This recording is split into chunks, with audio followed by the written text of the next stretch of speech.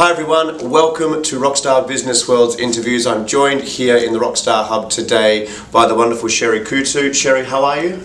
I'm brilliant. It's lovely to be here and lovely to see what you're up to. Excellent. Well, good to see you again as always. I know it's been a few months since we caught up, but we have known each other for quite a long time now, but some of our viewers might not know the full story of Sherry Coutu and the business journey. So let's start by asking a bit more about yourself and why you enjoy giving back to entrepreneurship.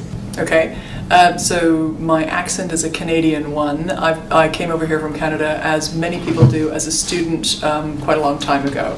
I went to the London School of Economics, studied there, and I was inspired by some of the people that I met to become a programmer. So I went from sort of political science and econometrics into being a programmer, which was probably the best move that I ever made. And worked in London, in the city, working in financial services for a couple of years. Then I was headhunted, moved into corporate finance. Then I got an MBA because I liked all the stuff that the people that I was working with knew and thought I needed to know that. Wow. Came back here, and when I was at doing my MBA, I met lots and lots of entrepreneurs. And through that 5 or 6 year journey, discovered that really I was an entrepreneur, and or that I wanted to be an entrepreneur. And I thought, well, after business school is when I decided to, I had enough sort of guts to start that journey. So co-founded a company with somebody else that I knew from business school. That worked really well, except I got the itch to start something else up while I was there. I was inspired by a problem that I wanted to solve, which I can talk about later. So started something, sort of about 2 years into that journey, started another company which went really, really well. It ended up floating on both the London and the New York Stock Exchange, NASDAQ Stock Exchange. And after that, I became an angel investor. And as an investor, I've worked for probably 15 years investing in and helping entrepreneurs really make the world a better place. I've made lots and lots of investments, make 3 or 4 a year. I've been doing it a lot of years, and I'm really excited about that. More recently, I've turned back into an entrepreneur because there's a problem that I really want to solve that sort of pulls skills and experience and my networks from a bunch of different things into one. So I'm concentrating a lot of my efforts on something called Founders for Schools, which you've also been a speaker at a few times, yes. Which is around entrepreneurship, and it takes business leaders and puts them into schools so that the school children can understand the jobs that they might aspire to filling or creating when they get out of school. So that's sort of the journey, sort of entrepreneur, angel investor, entrepreneur. You can never really shake it from your system. No, you can't indeed, and it's been an incredible journey for you so far, and really looking forward to getting more of your insights on the different areas of business as we go through today, so thanks again. Let's talk about starting up a business, because we're never before here in the UK are we seeing so many companies in different sectors, mainly from a tech background, wanting to start and build their own businesses. Some get it right, some don't, and in your vast level of experience from an investor's perspective and also from your own journey, what are some of the tips that you could give? If you're going to start a business well, what must you do? If you're going to start a business that flies, you have to find a very big problem to solve. For me, entrepreneurs are unhappy with the status quo because they see a better way of doing it. And if you find a big enough problem, then you're going to find customers that want you to solve that problem for them. So for me, find something that is a big problem and that you really want to solve, because it's not an easy journey, and you have to wish to kick every single rock that is placed in your way or that you find in your way out of it, or crawl over it, or get around it some way, or build a ladder with others around it. So big problem, and if you've got a big problem, others will want to help you solve it, and you'll solve it. So it's really, what are you doing and why you're doing it? Many people sometimes get excited about a technology that allows you to do something that might be useful, but I've always, when I'm invested and when I choose to start something myself, it's going to get really annoyed about something. And if you're really annoyed about something, you can take that energy and you can channel it in a really positive way, which is really helpful and positive for all of us. Let me ask you one more question on that. Are there any problems left that need solving? There are cajillions Okay. of problems that are worth solving. Okay. Does the huge number of problems that are worth solving, does that explain the burgeoning interest of more people to start things up? I don't think so. I think there have always been problems to solve, and there always will be problems to solve, and we shouldn't forget that the reason we are where we are is because of human ingenuity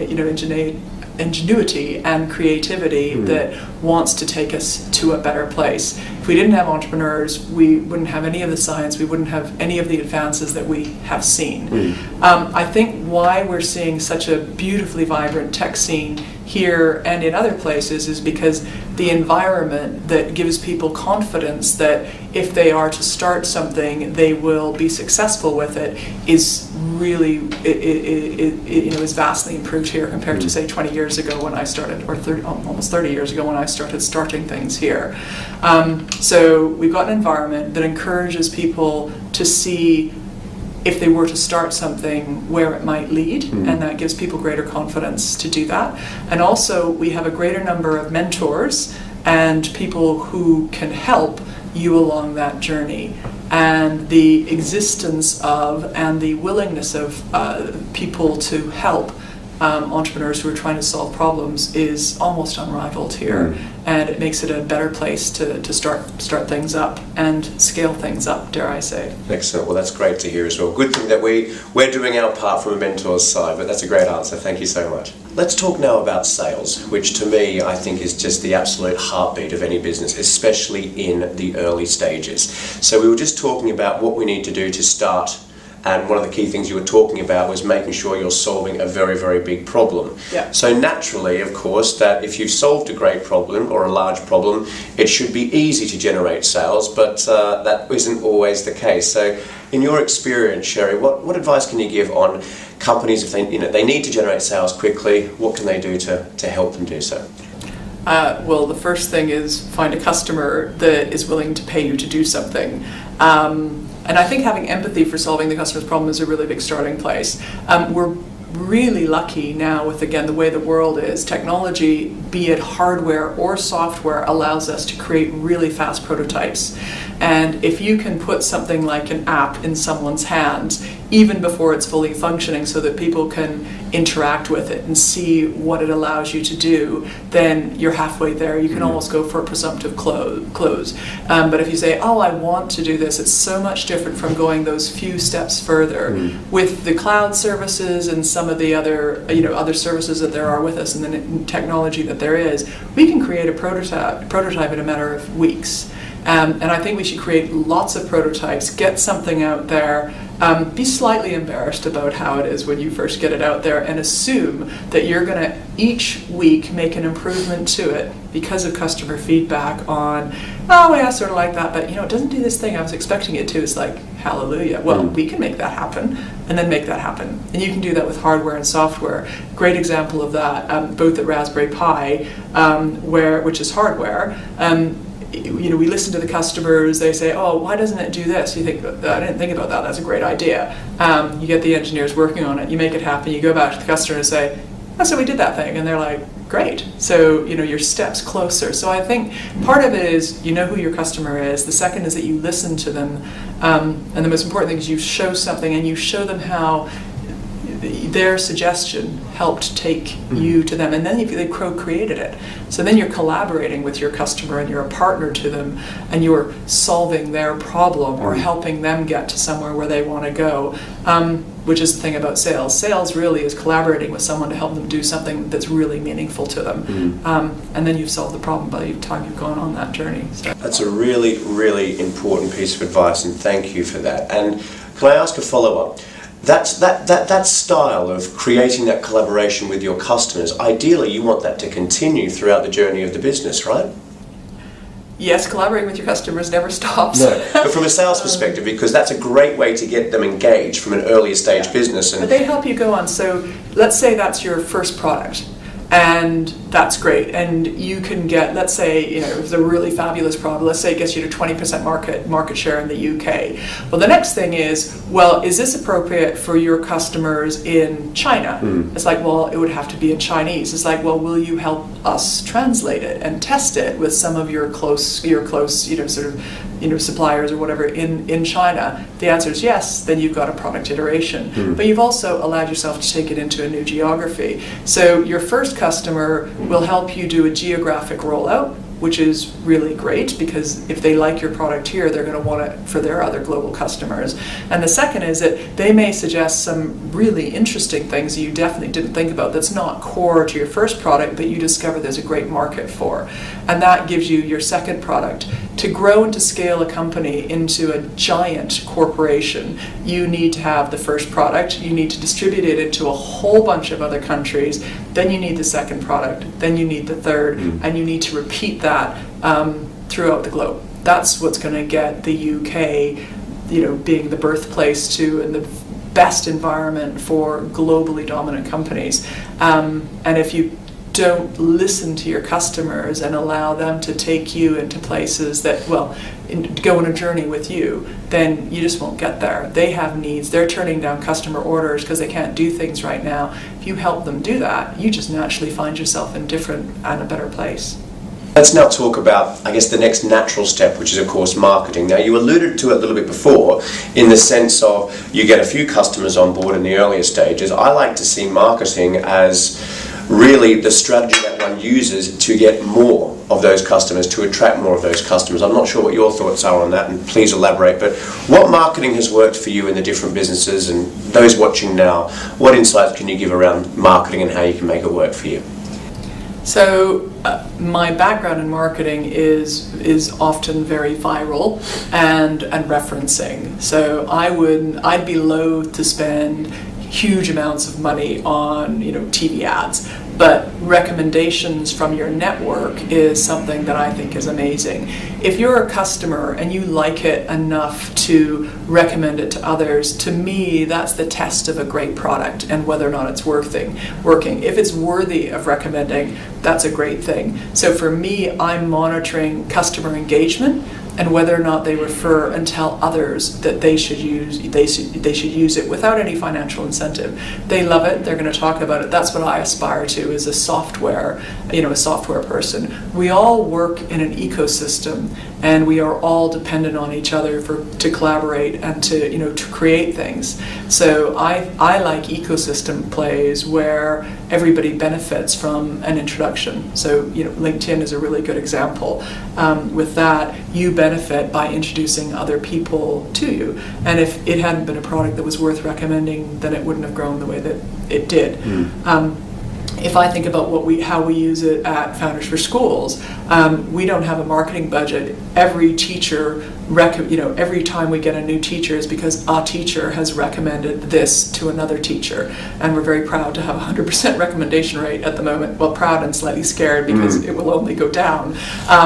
But again, recommendations, personal recommendations in the network have really worked for me brilliantly. There are other ways of getting around, but if you want to go super fast and follow an exponential line, then the best and the most effective and cheapest route of getting there is through recommendations, which I would say your first route is that if your product isn't good enough to recommend, you should work on your product again before you market it. Because if you burn someone with they come to test your app, they don't like it, they're not going to come back, and it will take a lot more effort to get them back. So make it worthy of being loved and addictive to the person who's using it. Well, I promise you I will, as far as our app's concerned. And what I loved about that is it is still, I've said this a couple of times, but referrals and word of mouth existed before newspapers were even printed. It is the oldest form of marketing in the world, and even in today, and the technology that we live in, it is still the most cost-effective and the most powerful. It's amazing, isn't it? It's amazing, but because of that, you're just using technology to facilitate the way human nature works. And I think if we remember always how human nature works, and we just use and leverage technology, that makes us go a lot further. We work well. It's much more efficient, and it's more fun as well because it's social. Absolutely. It's easy to recommend something you love to someone else because you're doing both a favor. And that's one of the beautiful things that I love about the world of technology that I'm not sure exists in other sectors. You know, a career and a pathway through innovation where everything you're doing and everyone you're talking to is you're helping them do things 10 times easier, 10 times faster, 10 times cheaper. It's a wonderful privilege. So I think we've alluded to this already in the last section on marketing, but let's talk about brand. What does the term brand mean to you, and how can our viewers here start turning their business into a brand? I'm not sure I'm a branding expert at all. Well, what does it mean to you? What does brand mean to you? So brand is absolutely everything. Sometimes you think of it as a logo, but I think of it as every interaction that you have. It has, it makes a lingering impression on people. So from your letterhead to how you interact with an app to how you greet people when they when they walk into your office to, their pathway. It's all brand. And it affects people literally, behind the scenes and in front of the scenes. And also whether or not people are willing to recommend you is also on brand. Who you associate with is also part of the brand. If you associate with somebody who creates bad experiences, then that actually will take a little nip out of your brand and out of your experience. I think we need to be mindful about our brand, but not think of it as a single part. Think of it as part of the relationship and part of the experience that we create for someone. And if we feel uncomfortable about something in our brand when we've created a company, you need to jump on it. Because if you, running 1,000 miles an hour as an entrepreneur, see something that you don't feel comfortable about, you need to jump on it. And you need to manage it, because brand is also part of your culture, so that every single person in your company exudes your brand and lives and breathes and speaks it, because they're your ambassadors. And so you have to be mindful in your hiring and your managing and your leading on brand as well, because if you want empowered employees that you don't have to micromanage and that can just fly and do the right thing, they have to be on brand, and you have to help them do that and encourage them to do it. So you alluded to it before, Sherry, about ambassadors being within your team. So let's talk about the team. I know you've had to manage and still do manage, large teams, and the different companies that you work with do have small teams, and of course that are growing. They are, without question, one of the key things that we need around us to be successful in business. So managing a team, getting the best out of them. What do you think? Well, you said managing a team. I would also say leading a team. Managing is very different from leading. But let's start with the team. To start a company, you need a team, and that's a certain skill set. If you go up to, say, 1 to 25 employees, then you enter into a slightly different skill set that you need. So if you've got a flying company that's scaling, you need to replenish your team every once in a while, because you're going into different phases. You hit 25 to 50 employees, you need to bring on some people who are better at process and like process. Slightly past 50, you might need an HR sort of person to start managing that for you. And I would say for your team, hire people who have done the things that you know you need to do, and they know how to do it very well. So I'm always thinking about the next place that we need to get to, and I like to hire people who have done it, 10 times further, and that means that you're always one step ahead of yourself, and you don't exhaust the skill set of the initial team that you hired. Your customers will take you into places where you didn't expect being. So anticipating where you're next going to be, that's where your hires should help you fill in those gaps. The other thing about team, leading versus managing, I think, you as the founder, CEO, are always mindful about leading. Managing is a slightly different skill set, but I think if you're solving a problem we're solving and you're leading, then they almost don't need to be led. They don't need to be led or managed, because you're empowering them to do the right thing. You look at some great organizations like Pret a Manger even, they empower their employees to do the right thing, and I think we should aspire to doing that. If we're growing crazy fast, you need to have a team that knows what you're doing and why you're doing it, and knowing that every single one of their actions, they're speaking for you. And it's really, really critical to focus on that. I think you should be behind every hire for a very long time to make sure that you get it right. It's the single most important thing in a company that's going to fly, for you to keep the brand and the culture and solving the problem and people's focus. Now, this is something that I know you do have a lot of experience in, as someone who not only successfully floated your business obviously some years ago, but now have since invested in a number of different companies. So the subject at this stage is all about raising finance. So from an investor's perspective, those who are watching this wanting to raise money, what do they need to do if they're going to have a chance of getting it? Raise money for the first time, you need to be having customers that love your product or your set of services that they're addicted to. Because as an investor, the investor will always go back to the customers and ask themselves, why do you love this product? And what other products are like it. So you're always referencing, what are you doing for the customer? And the next question is, are there enough customers on a worldwide basis to take you to the next funding? So let's say you go from seed to Series A, you're always asking, are there enough customers and do they love this service enough? Even when you go up to exit, or let's say trade sale exit versus flotation exit, if you are evaluating buying somebody's company, you're going to customer reference it backwards to find out how devoted the customers are to it and how much they love it, because that will help you understand how valuable it is.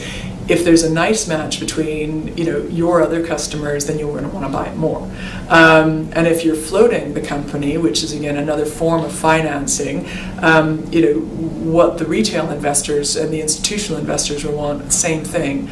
How many customers are there? How delighted are they with the product? How good is the management team at being able to grow it for the next 5 to 10 years? So it all comes back to the customer, what you're doing for them, and how much you're delighting them. If you can show that engagement and that momentum, then you're golden. If you can't show that, then you usually can't refinance, regardless of which stage you're at. It's a really, really nice answer, because you can imagine I've asked this so many different times, I get so many different answers, but coming from an investor who does this on a regular basis, it's a really important answer. On that note, talk about margin. How important is margin? It's a great product, customers love it, but is there a certain minimum gross margin that you look for, that you need to be seeing, in terms of they're selling this amazing experience to you for $10, but it's costing them $9.50 versus it's costing them $5? Could you elaborate maybe a little more on that?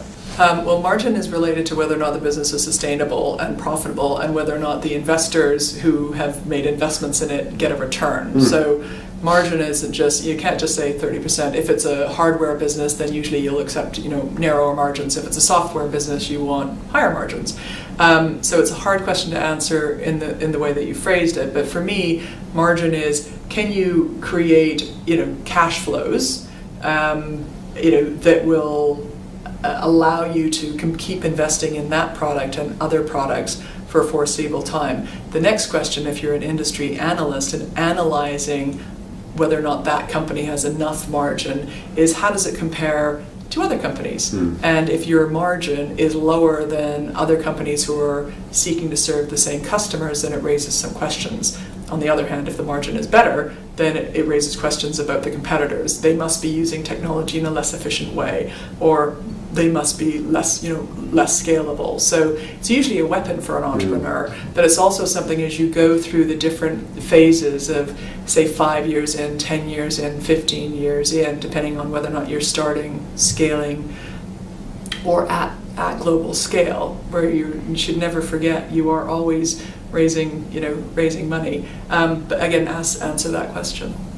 Great, thank you for that. I really appreciate that extra answer, because it was one that was going through my head, so thank you, and hopefully the viewers got, I'm sure, got just as much value there. Thanks. It's kind of, I don't know if we're on camera, but from someone who's, I'm on the board of the stock exchange, you think about it, we at the London Stock Exchange operate exchanges around the globe, and we compete with other exchanges around the globe. But we want to make sure that the best companies float on our service and that we provide the best service to those companies. So that's quite different from thinking about a company that may want to float. Often companies think, oh, we really will have made it when we float. Well, actually, I was first angel in Zoopla. I joined there, and I was on their advisory board for sort of 7 years, joined their board when they floated.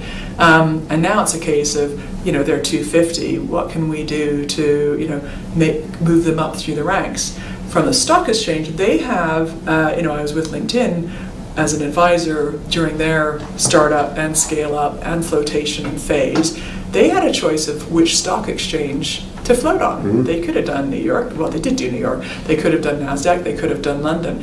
You always have a choice. It's the stock exchanges that have the best product for the entrepreneurs and the best after sales service that makes them float. So, there's all sorts of ways of slicing and dicing it from, the idea to when I float, I want to float on the best exchange that makes me more capable of sustaining my operations in China and India and Europe and America. Well, where is that? I would argue at the moment it's the LSE.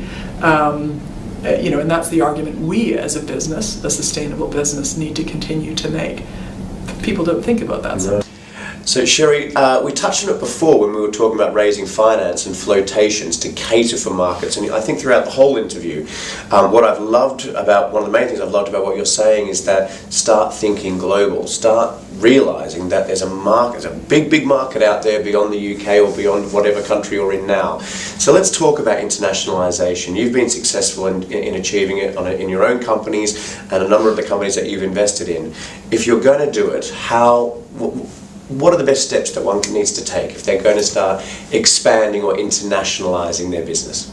Well, particularly if it's a digital business, solve a problem that exists in more than one country. Yep. I can't really exist if it's a worthy problem worth solving that it only exists in one country. I just can't imagine a problem like that that's worth solving. So anybody who starts at it in one country, you really should ask yourself, do other people in other countries suffer from this anomaly that I wish to, put right? And we exist in a global world. There are very, very few aspects of our lives that aren't global. And there are many, many beautiful opportunities that only exist on a global basis, because in any one country, there's not enough customers to support a viable business. But in a bunch of countries, together, if you've scaled and created a nice structure, then you've got a kicker of a company that can outcompete anything that's only operating on a local basis. So think global from the very start. Think, if I think founders for schools, just as an example, there are people in every country that want to illustrate the jobs of tomorrow for the children who will want those jobs of tomorrow by taking role models of the businesses that are all around them and putting them in the classroom. We're focusing our pilot in the UK. We have been asked into many, many, many other countries. We're getting the product right in the first country. And then we'll do a rapid geographic scale out. You think pharmaceutical, if it heals or fixes a person in one country, and then you're going to want to fix those people with in all countries. Why wouldn't you want to do that? Life sciences are beautifully scalable business. If it's digital and it operates here, think about LinkedIn, Facebook. They made it right in their first market, and then everybody wanted to connect to people that they loved. Everybody wanted to connect to the people that they had professional relationships with, and it's just don't hinder your international expansion artificially. There are some businesses that are heavily regulated, so I think you need to be mindful. That's both a barrier to entry and a barrier to exit, and you need to make sure you don't fall foul of the regulations. There's many financial services, for instance, that are there, and education. But that's fine. The global nature of every aspect of our lives is something that I think all entrepreneurs need to take into consideration. Why restrict your beautiful, fabulous solution that you passionately believe in to a population of 60 million when you could have Europe, which is 500 million, or you could get China, and India, and not, I didn't say the US yet, but they're a very big market that all speak a single language. Why would you restrict to one geographic location? I don't think it makes sense. That's not the way I think a lot of people think, and as entrepreneurs that are ambitious for your solution being in as many hands as possible, we shouldn't be restricted by where we happen to live when we first start the journey. Sherry, my last question to you is all about the eventual exit. Now, not everyone wants to do it, but if people are watching this section now, I'm pretty sure they have it on their minds of either the concept that a lot of entrepreneurs have of starting, building up, and selling a company on in the future. If you're going to achieve that magical figure, whatever that is for you in the future, what must you be doing now to have any chance of getting that result?